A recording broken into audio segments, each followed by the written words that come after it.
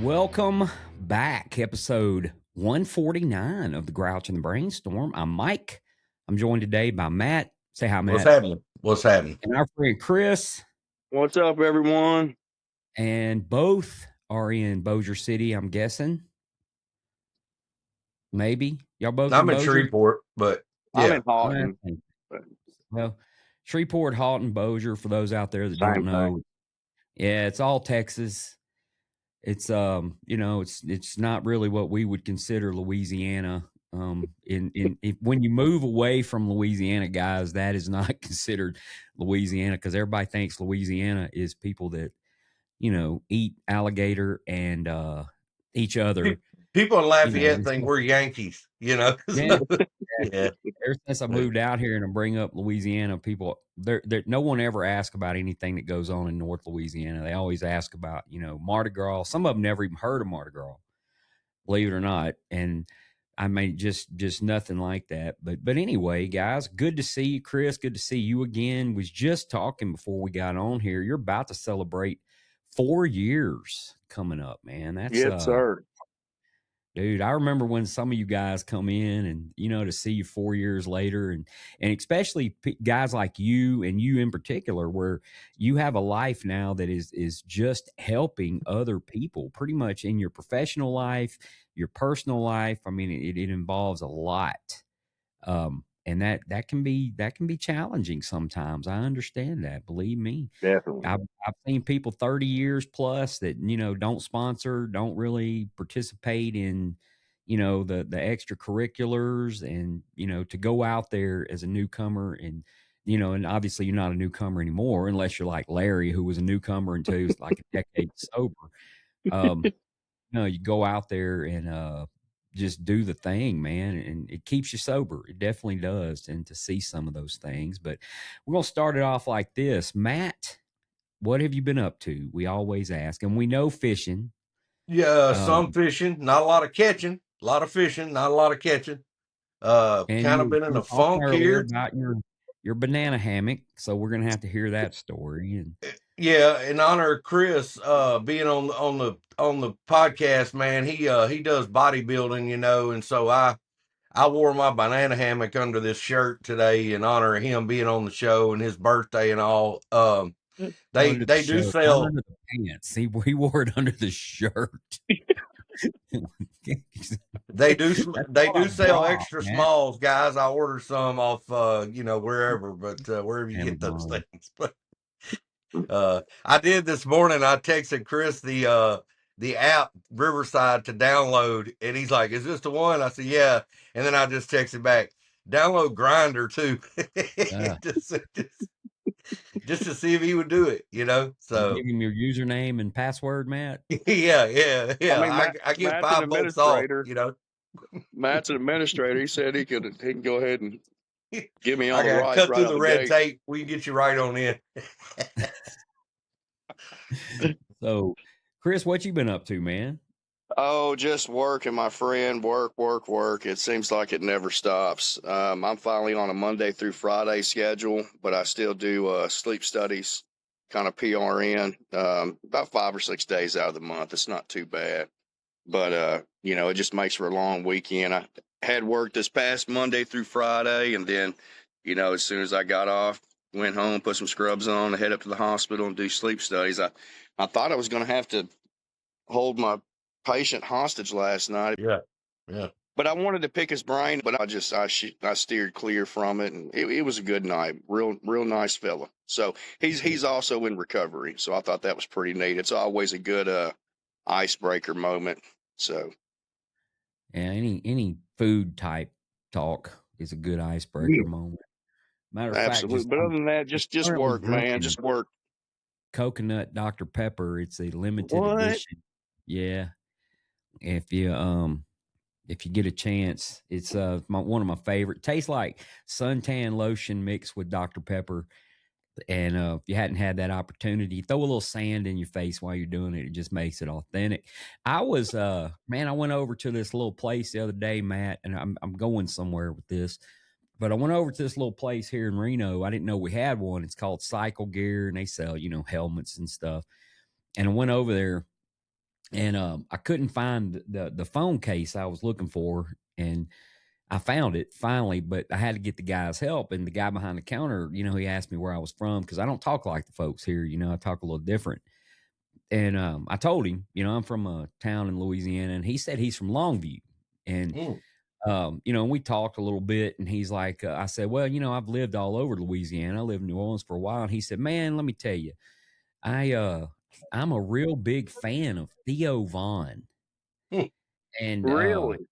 it's what he said. He said, I'm a big fan of Theo Vaughn. So one time I went down to where he lived. I mean, it got a little stalkerish.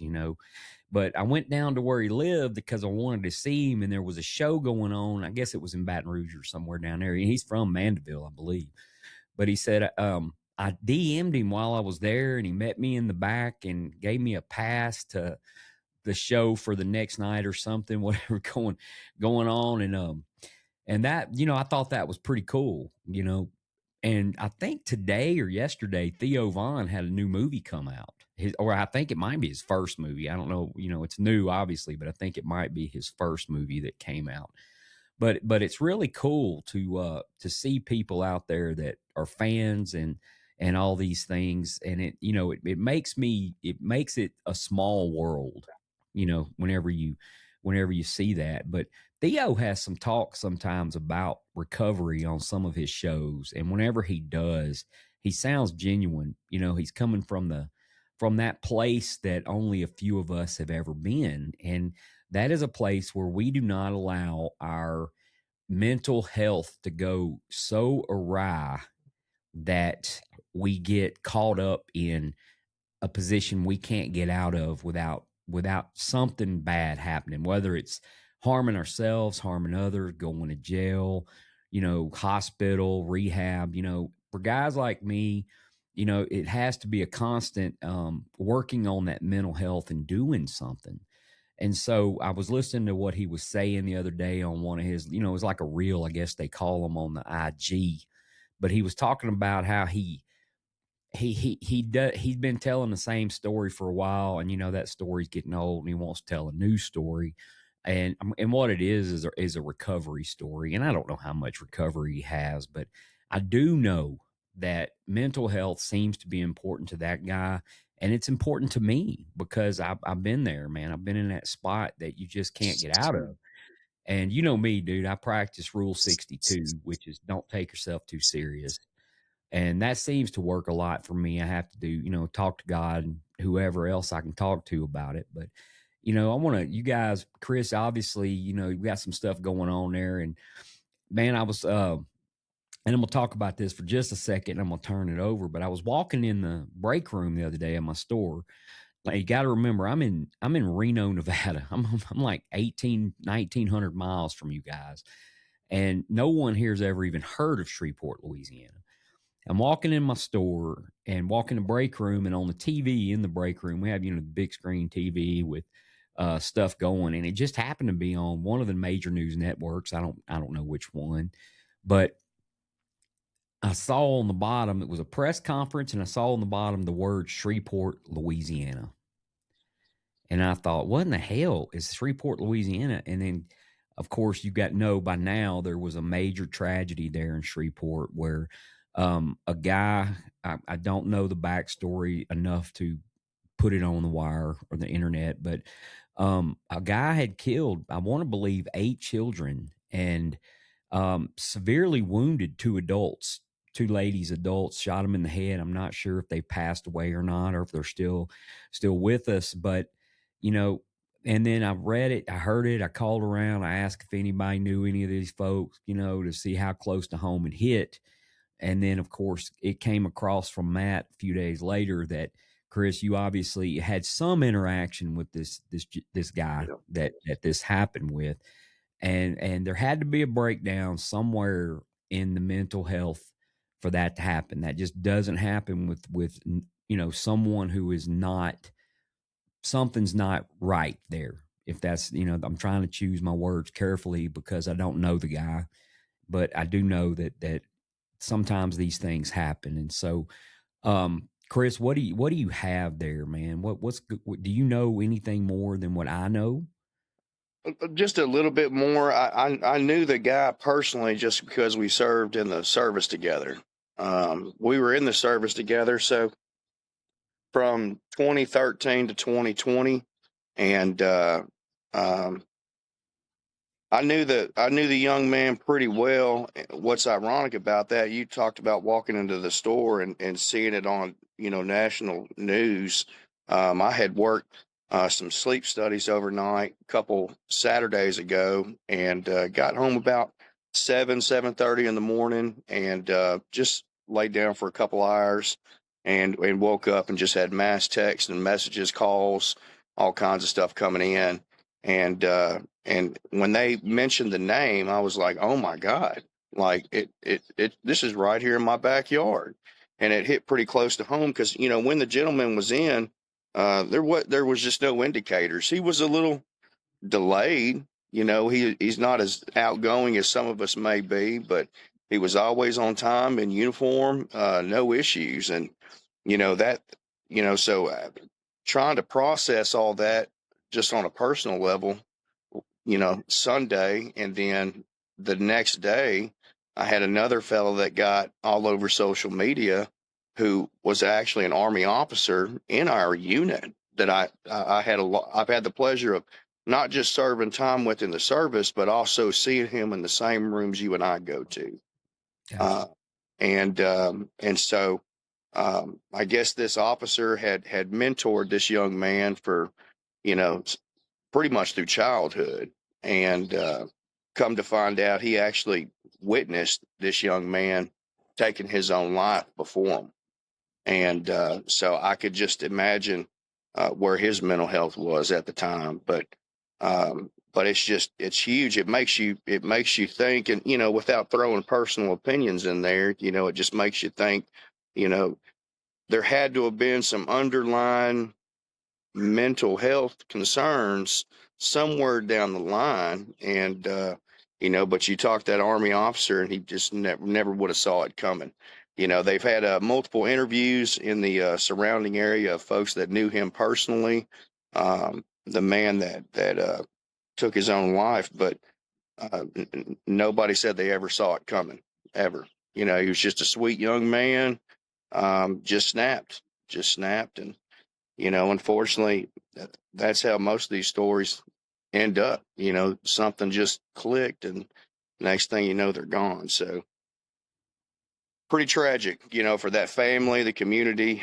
I couldn't imagine being the mother of those children and waking up after being shot, and being informed that my children are gone. That's devastating. Devastating. Gotta be. And talking about this, and that's Mike and I just everybody that comes on here, Chris is on here all the time, Dickie, lot of folks have been on here several times. Cal, it's so much crossover with all that stuff. Addiction, vets, we have so many Yeah. people that are vets that are on our show, on our podcast. And in the recovery community, in the rooms we go in, a lot of vets. We have an air base here, you know. But not only vets. I mean, everybody deals with mental health one way or another. Some folks deal with it in a healthy way and they keep it in check, and some folks it gets out of hand, And I don't. I'm not no. I know y'all are gonna be shocked. I'm not a doctor, okay? But Woo. Well, remind me of that next time you give me my prostate exam, Matt. that was a private matter, Mike, and we shouldn't we don't talk about prostate exams, okay? There's He, a for, reason he why you forced didn't you to take wear a banana insurance. hammock under that Yeah. gown. Yeah, it comes in handy sometimes, but this whole thing is a uh just kind of intertwined, and I have I can tell where my recovery's at by my mental health. Well, my mental health for me is related to how I am spiritually, first off. Um, but I was at your place of work the other night, Chris, talking with the folks in there, and they were asking about, they said, you don't ever think about a drink? You don't ever think about it taking a drug? I don't believe that. And I said, well, you shouldn't believe it, because I do think about it. It Yeah. happens. But I said, what's scary to me is not the thought about the drink and the drug. When I get kind of panicky is when I start hearing self-pity. I start hearing all that shit in my head. There's a problem then. We got a problem. And I need to be on the phone with sponsor. I need to be at the meetings, my butt in chairs. I need to be talking to people like us, because that mental health stuff and how I am spiritually is going to lead me to the using and drinking if I don't catch that where it's at. And so, I guess that's it's interesting to me to see how different people handle different things, and there's so much out there, and you're a great example, man. I mean, you were in the military, you got out, got sober, and I'm gonna let you tell your part of what you do now. But I mean, you and me were techs at a rehab together, was your first start Yeah. in the treatment, and so um we worked together in there, and you've moved on up the ladder and you're doing your thing, and uh to flip that script. And we have a lot of people come on here that went from just addiction to, I'm going to not only get sober and get myself healthy and work on myself, but I'm going to help other people do that as well. And that's, to me, that's the best thing. You can't say nothing better about somebody, but Most of the time, when most of us are pretty outgoing folks. I don't think any of us, especially where we are in our recovery, just going out there to elementary schools, letting people know we're recovering alcoholics or addicts, but when the situation does arise, which is, it's a lot more common than I think we give credit to. A lot of us think that mental health just goes out the window just because of our addiction. But once we're able to get that under control with some sort of program, and I'll tell people all the time, especially my clients, I'm a substance abuse counselor at a treatment facility. I run a long-term program for an additional 90 days. So you're talking, folks that come in for an initial 30-day program and say, look, I can't, this isn't long enough for me. I'm gonna go back out there and use tomorrow. Is there anything else I can do? And so that's kind of where this program comes in, and it gives them the ability to go back out there and work again, and start to experience some of these real life experiences on the job site, but yet come back to the facility and process some of these emotions, these behaviors, um, uh, things that they can now identify without having to go straight to a drink or a drug, and we can talk about that stuff. But you don't really think about how much mental health goes into it. I mean, on average, guys, I mean, I love what I do. I absolutely love what I do, but it can be taxing if I'm not working a program. And Matt, you hit it right there on the money with the spiritual side. If I'm not spiritually fit, then I'm not able to identify where my mental health needs help. There's been times where I've been able to go through my program director. Every counselor up there is in recovery. Most of the staff, are all in recovery, and that's what kind of separates us. And not to get on here and recruit or advocate we're the best facility in Northwest Louisiana, but that's kind of the biggest thing that differs from most other treatment centers is, you got to be in a good mental headspace to do this, because on average, I the thought will cross my head, I want to slap the shit out of somebody 32 to 37 times a day, per day. but when Yeah, it gets, I'm working. yeah, yeah, when it gets to the point where it's like that, then these clients, these people who are begging for help, uh, they become a number. They're a statistic, and Mhm. I have to make sure that I'm in a good place, before I go in there and start talking to these guys and gals, because it's huge. But I've got a program director that's on board 100%, and if I tell her, hey, I just need a mental health day, she's all about it. No questions asked.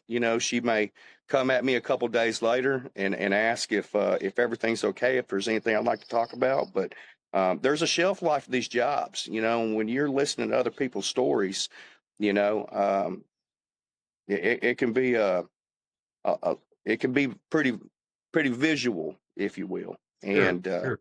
but to be able to share, you know, where you used to be at versus where you are at today, due to just working a program, you know, and just to know that there's resources out there, you know, this whole facility's got a whole crisis mobile support team, or crisis mobile response team that travels from, you know, all the way from Shreveport down to Natchitoches, you know, with calling the facility and saying, hey, here's what's going on. And so they have teams spread out that will go to you and talk to you. And then you can make the determination, hey, you know, we want to get our lives right, you know, so. Yeah, mental health is just everything, guys.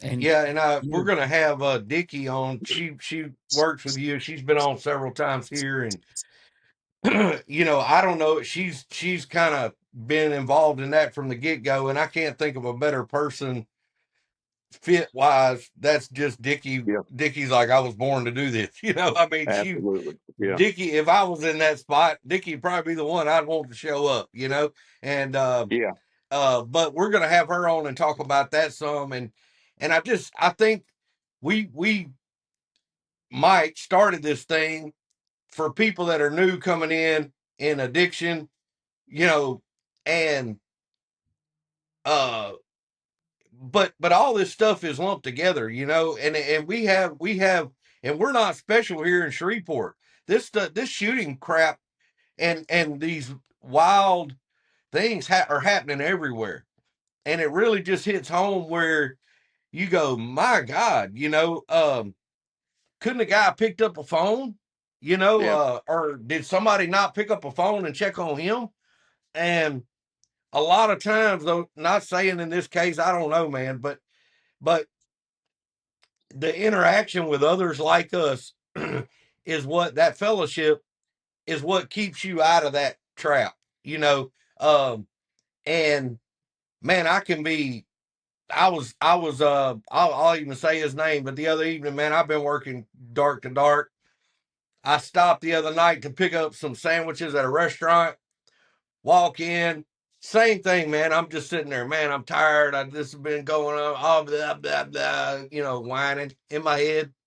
Walk in, Maurice is standing there to get a sandwich in line. I'm like, what's happening, man? He's like, you know what's good? Immediately, he just looks at me and he goes, you know what's great, man? No matter where I go, I got a program that I take with me every morning. And if I get to, and he just launches right in, and I'm like, you're right, okay. Like, he don't even know what's going on with me. It was just him in his own mind working through things that day, you know, and it applied to me as well. And man, I left there and I felt so good and didn't go to a meeting that day. I saw Maurice and it was a mini meeting for about 5 minutes. And yeah, that's what I needed, you know. Um, and that's what I've been very grateful um to get in the AA program. My mother came to one of my birthdays a year or two in. She'd never been at an AA meeting in her life, didn't know anything about it.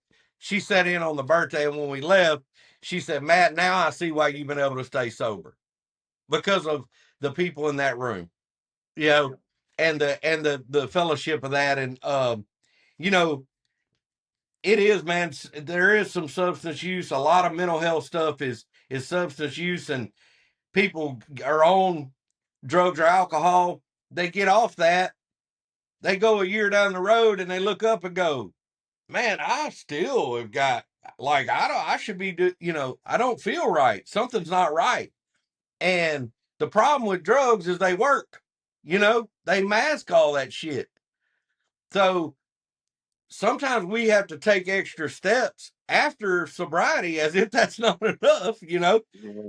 We got to do other stuff to continue that if we want to continue to grow. And I only do one or two things. I go forward every day or backwards every day. It's just like a tug of war. And so if I'm putting in the effort, I'll keep inching forward. If I stop, I go back. And we just I think here, man, I'm very grateful to have that group of folks and that list of phone numbers and but I just wonder when I see things like that, where were people at? And you said the guy had a mentor, but it just, I don't know. I don't know where people are at on that. But but there's things out there, there's lots of things out there for folks to get help. Yeah. And you never know what someone is thinking.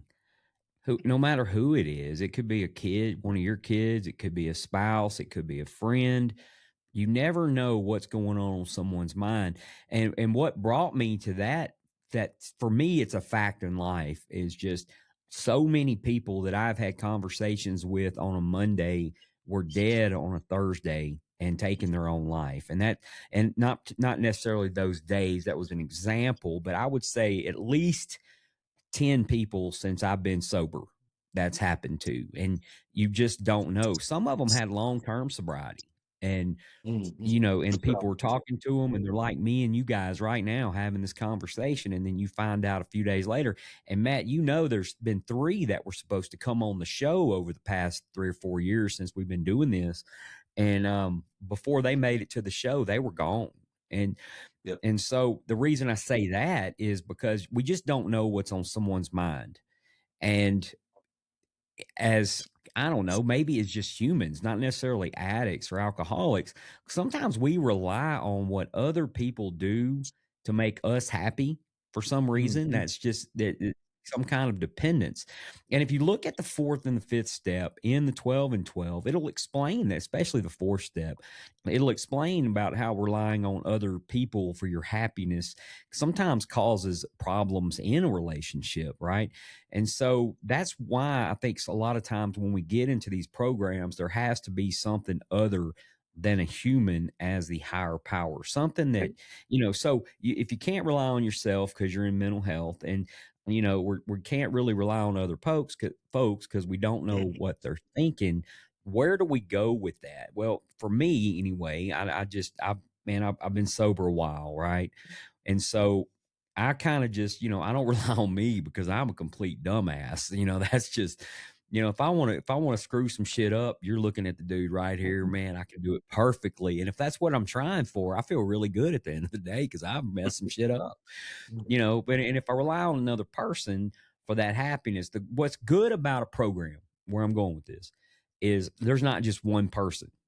There is a plethora of people out there that we can pick up a phone and we can call and talk to. And a lot of times, man, we just don't want to do that. We don't want to pick it up. It ain't that we don't want help. It ain't that we're embarrassed. We just don't want to do it. We just do not want to call. And I tell you what, one thing that impressed me, I'm not going to mention any names. Out of the blue, one day I got a phone call, and it was from a member of this organization, our organization. And he said, I'm fixing to go do something that I haven't done in a long time or have never done. And I just want you to pray with me. Hadn't talked to the guy in like 6, 8 months. And I just want you to pray with me. And, and I was just taken back or taken aback. I don't really know which word to use in that situation, but I was taken back a little bit, and I was like, hey man, let's do this. So I duck off in an office. I shut the door, and we pray together. We talk to God together, or, and it doesn't matter what you believe in or don't believe in. We were together. And I think ultimately that we have more than one person out there that we can depend on when it comes to these things. And shit seems to build up in us. And I don't know about you guys, but right before I got sober, it seemed like everything that could go wrong did. And, and coming to AA, I find out that it's my actions that led to that. Well, that still didn't make shit any better. It's still bad. I had I had to get through a lot of stuff before life got better. But at least I wasn't creating more chaos by continuing to use over and over and over again. But man, ultimately, if I'd have never taken that first step and said, I have a problem and I can't help myself, I can't do it myself, I don't know where I would be. I just don't. I don't think, I don't know. I hate to say, I don't think I would have snapped, but do these people know they're snapping? And I don't think they do. I don't think they do. You know, I mean, you mentioned earlier with the whole 4 step, you know, which, you know, talks about our character defects. You know, I was under this false impression that, um, you know, once I put the drink down, then all my problems are going to disappear. I was going to immediately find happiness again. You know, my wife was going to love me again. My children were going to want to spend more time with me. And I was going to, people were going to like me in general. I was going to have more friends. But I still had some mental health stuff that I had to work on, you know, and thank God for, you know, the rooms of AA and sponsorship, the fellowship, as Matt had alluded to, that you've got somebody that's got a little bit of experience, or in my case, a whole lot more experience than I had, that can point out those character defects, because those were defects that all the light bulbs started clicking. I didn't know I didn't know I had, you know, my ego and my pride and, you know, the narcissism traits and all these things were taking over until I had somebody that could relate to me that was able to point that out. Then all of a sudden I'm like, oh shit, well, for 10 years I've been hearing the same thing. Maybe they were right, you know, but it gives me something to work on, you know. And you feel like you're moving in a direction. You know, Yeah. that's the thing. Even with the shit sitting there and you've identified, man, that's what I tell people all the time, new in recovery. And that's my buddy Emmy back there, by the way. She's a legend, y'all, if y'all are watching in the background. What's up, Emmy? Legend. What's up, Legend. Emmy? You should be hosting the show right now. Is that a koala? It's just a regular bear, but Oh, Regular mark yeah. my bear. words, Yeah. she sees the koala, she knows what's up. Yeah. But you know, we're able to, if I'm able to identify it and I can work at it, I feel good about working at it. Even if it's writing it down on a piece of paper and going, I'm a shithead. Okay. Example. Let's be less shitheady today. I wrote that on a piece of paper. And I go to the convenience store and there's an old lady getting out of her car and she's struggling to get up to the front door. And I just hold that door let her come on, take her time, let her go in the door. I've been less of a shithead that day. I've knocked that down just a touch. And I feel good about that. And I go, man, that was a nice thing. Let's see if I can do that again tomorrow. It doesn't mean that I don't have this big pile of crap or that was even any big thing. It means I'm making progress. And I Yeah. think we feel better when we can sit down, identify, and go, I'm going to actively try to work on this. And that to me has been the difference for myself. You know, and you were talking about the guy snapping. There's also here in Shreveport Bossier area in North Louisiana, the mental hospital, I don't know what y'all want to call it, is Brentwood. I was at visitation at Brentwood yesterday with one of us. This person's been sober for a few years. This is not a substance related issue. Okay. This is probably something this person was born with or can't even help. And they've gotten sober. Now they're still dealing with other things. And they said, I'm so embarrassed. I don't want anybody to know that I'm in Brentwood. You know, I don't want anybody to know that. And I've thought, well, if I'm driving down the damn road and I blow a tire out on my car, I'm not fixing to drive over to Home Depot. They don't know shit about tires at Home Depot. They're not going to fix my tire. If the roof gets torn off my house, I'm not going to call a dentist. That ain't what he does. So why are we so shy and embarrassed about trying to do better and going to a place that deals with the things that we need help with? Mike just joked about the proctology thing. We joke about that. We joke about that. We all make fun. Everybody makes, you know, going and getting your colon checked and all that bullshit. But there's this big secret that we went to somewhere to get help for internal stuff, you know? And I just hope by all of us talking about this and kind of bringing it out that man, it's just life. Everybody has that. And I think calling people crazy is real dismissive, because a lot of times it is something there that can be worked on and fixed, or at least managed. And I just think that's a blanket thing. And, you know, I told this person, I said, I tell you, the people that to me would need to be in here are the ones that would make fun of somebody or talk behind their back because they were in a place like this. Those are probably the people that need it the most.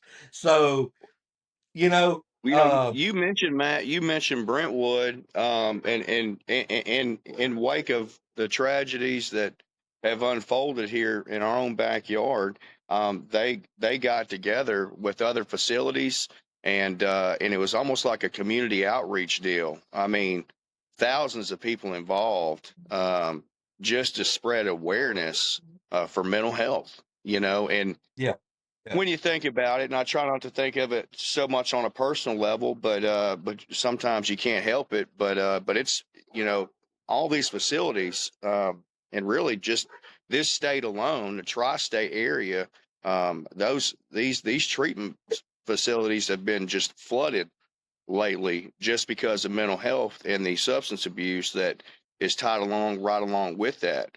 But I hate, on one token, I hate that it's taken a tragedy like this to unfold before us to be able to pour into the community, but at the same time it's brought the community closer and closer and closer, and just to spread awareness, and to say, hey, these are signs to look out for. A lot of us, you know we're just our chemical makeup, everything else that goes along with it. I mean, how many times have y'all heard, "Oh shit, I was born that way." I've been doing this for 40 years. You can't teach me nothing I don't already know. But a lot of us don't know. Until you've got mhm, somebody that's able to spread some of this awareness. yeah, yeah.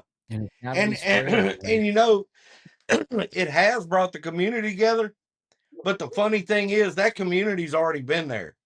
Yeah, And so this has shed a absolutely. light on people that are still out there, and we all are one way or another. If you're in recovery at all, from our point of view, you always are trying to help somebody along if you Yeah, can with those type issues. And so I hope that the good thing that comes out of this is the visibility to all these groups of folks and these churches and everybody that's just like, hey man, what can we do? We're here, we've been here, you know, come in here and let's figure it out instead of doing what you did. yeah, Definitely. absolutely. Yeah, I think I think that the more awareness we make, the more we talk about it, the more what I'm trying to say is the more we make it socially acceptable to reach out and say, hey, this is what's going on. I think maybe, just maybe, there will be a reduction in some of these things.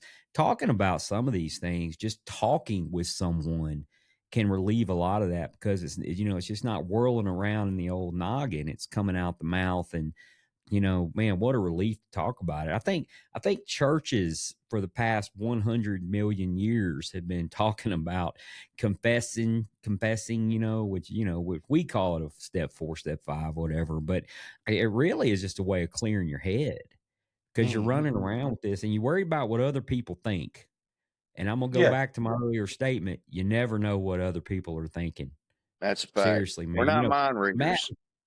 Matt was talking the other while ago about, colon, having your colon checked, right? And if seriously, if me and Matt were sitting down somewhere and we were eating, probably not at a Mexican restaurant, but like an Italian restaurant, and Matt was like, Mike, look, man, I got to tell you, dude, I had my colon checked, but I didn't do it the traditional way. We sent in some gerbils with GoPro cameras. They went in, they checked everything out, and I felt like he was being honest. I'd be like, cool, dude. I just don't let that video leak, because people ain't gonna know what you're doing with them gerbils, and they're gonna think you're mean to animals. And You would make sure they all got out too. They made it safely Yeah. back out. well, that's what the GoPro really is for, to see them what they see. So, but in all seriousness, I wouldn't think nothing of it. I'd be like, yeah, that's cool, dude, man. Just, pass the garlic bread, but use your left hand. Wash You your know, hands. Yeah. that would be my thought. I mean, most people aren't there.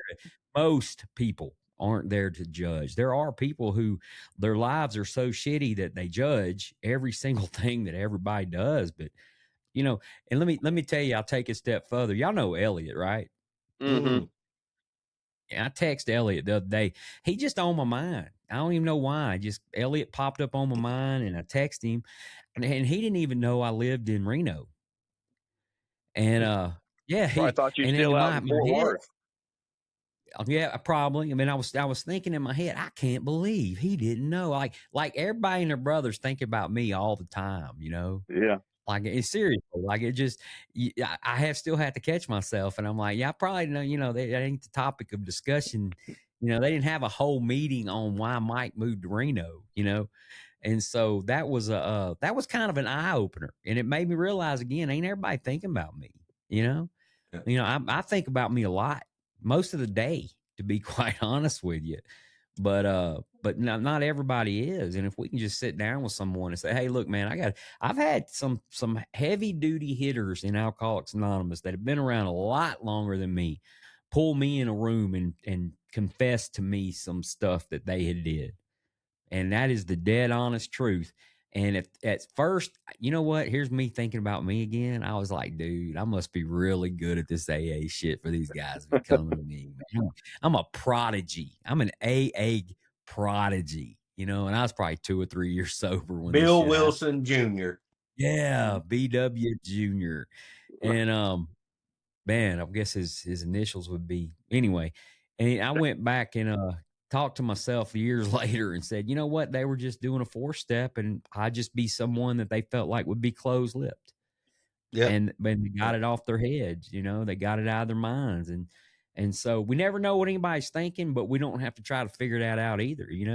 If I go and I tell Matt, hey man, look, I did this, to a catfish.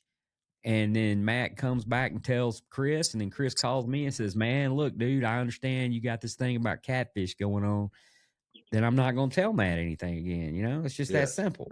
But I can make it drama and then go tell everybody, Matt, you don't have to do all that, dude. Life does not have to be a drama. It doesn't. Maybe we're all stuck on this planet and there ain't a whole lot of shit to do because we done did it all, until the next big thing comes out. But it doesn't have to be drama. It could always be about helping each other get better. And that's what we did a lot of times, in the beginning of my recoveries. We just went out helping people we didn't even know just get better. And we called them, what was that called? Going on a step call, just, going on a step call. Step call. Step call. Me and Randy, me and a couple guys that were there around back then would go on 12-step calls. And I'm talking about like probably the last generation to actually go to hotel rooms or to strange houses or stuff like that and just sit and talk to people who were pretty much messed up, man, throwing up and stuff. And that was you didn't have to worry about what they were thinking because they was talking. They were telling every single thing. Some of it wasn't even true, Mm-hmm. You get some toast in somebody, boy, they're gonna roll, man. They're gonna tell you some shit you don't even. Hey, hang on a minute, bro. I don't want to know about all that. I ain't judging. You just keep on talking. But all seriousness, I think that a lot of times that we don't realize because we say the word resources, we say here's a number, we say this, we say that. But in an everyday situation, if we realize we don't know what someone's thinking and just be the kindest person we can possibly be, sometimes that might be all they need.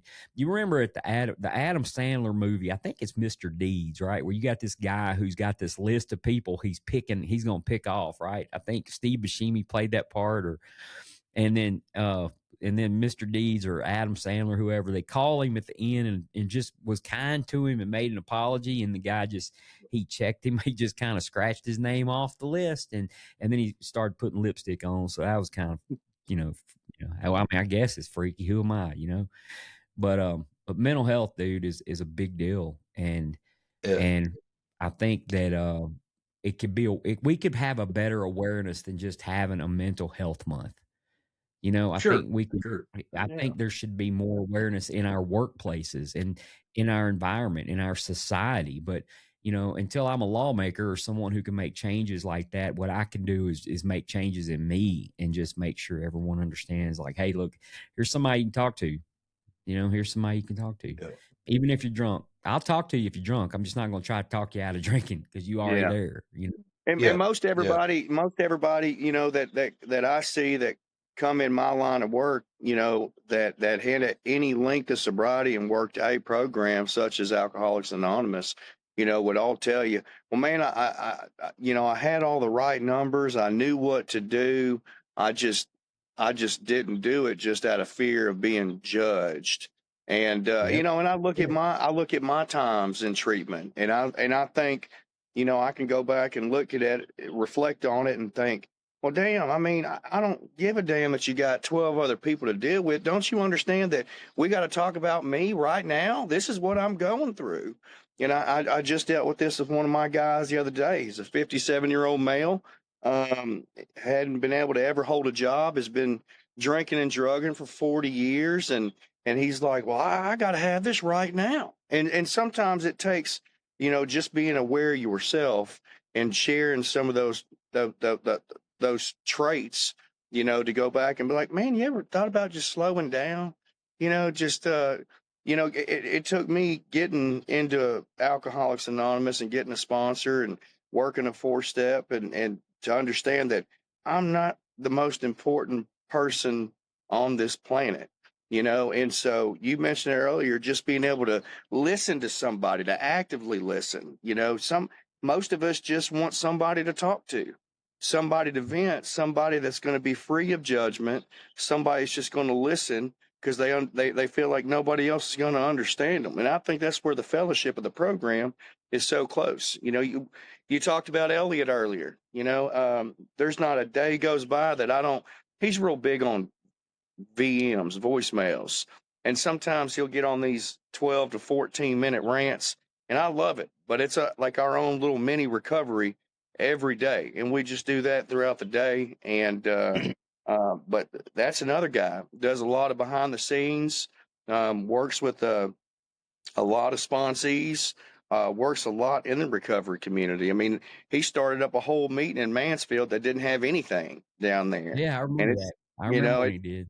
they started off 2-3 people. Now you're getting up to 8 to 14 ish. And occasionally you'll have some new ones come up there. But man, it's you've been doing you start doing this thing long enough and feeling that good inside feel that you once had to depend on the drink or drug to fix, and now you get your fix by being able to give back what was given to you. And I think that's where, this program has just, it's, I know my life, my relationship with my wife, my children, just those around me has just got, this it gets better. It gets better, but you got to stay on top of your care. I talk about helping others, and that's great. I think everybody should want to help others, but you got to take care of you. If you don't take care of you by working some sort of program,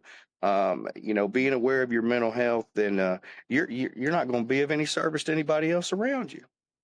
It's true. Yep. Put your own mask on first. Yeah. Yeah. And Matt, I know that you do a lot of behind the scenes stuff too. And there are a lot of people out there that do, they go to recovery centers and they make themselves available. And, applaud both you guys for what you do out there to support the community you live in. You got to start right there. You're just not, trying to save the world might start with one person at a time. So, I do appreciate what you do. And we just about run out of time, guys. And I know Matt has to go. He's got to get all them little GoPro cameras set Gerbils. up and get I'm the going to pick gerbils those home. up when I leave here. Here's what I'm gonna do, guys. Here's where I'm headed. I'm headed up. Speaking of mental health, speaking of, I'm headed to fish with my sponsor this afternoon. So I'm gonna clean those GoPro lenses off and put them on so I can get some video evidence of how bad a butt kicking he's going to take this afternoon. There So you go, Something's got man. to give. Me and Matt don't make too many recordings. I think we're fixing to start back on a regular recording basis, and that's a good thing because there might be some people out there, Matt, that just kind of like the humor and like listening to us, and that might help them. Heard from Judy this morning. I haven't had a chance to text her back. I was setting up the equipment, getting it ready, and then I got off in a rabbit hole of doing some research on another topic. But always good to hear from Judy and anyone else who continues to listen.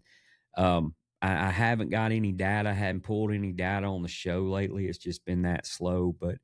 But Chris, thank you for being here, man. I love you to death.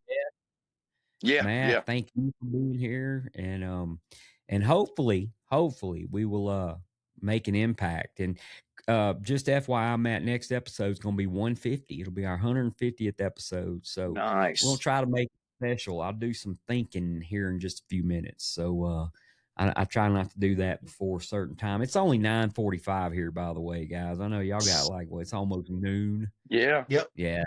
Shit ain't flying here, man. It's 9:45 and it had snowed twice last week. Just FYI. So no. Yeah, in the meantime, it's been, near 90, scorching. I had some folks at the hospital the other night. Had a couple of nurses come up and said, do you guys got any fans up here? The ER is reading 82 degrees. You got any box fans? And I'm thinking, my God. I mean, dude, we're only in April. Yeah. April. It's fixing to be May, Thursday, but still, dude, it's Shoo. Well, if you ever in And you got snow, what, that's warm cool. weather here, I have to go over to Sacramento or San Francisco. If not, there's no consistent warmth. Like I mean that. Like if I go over there, I can wear shorts. If I stay here, I've got to wear pants and a jacket. Most of the time. Good Lord. I go over there now in Sacramento. I can walk around with a banana hammock, but I can't in San Francisco. They got all against that. So we need to take a trip out to Reno with banana hammocks, gerbils, and GoPros. Dude, what I got some need. GoPros, man, but they're not them little ones like Matt's got. But anyway, guys, we got to get rolling. So Matt, Chris, love you guys to death. Appreciate you. And from Bossier City, Shreveport, and Reno, Nevada, we have been the Grouch and the Brainstorm.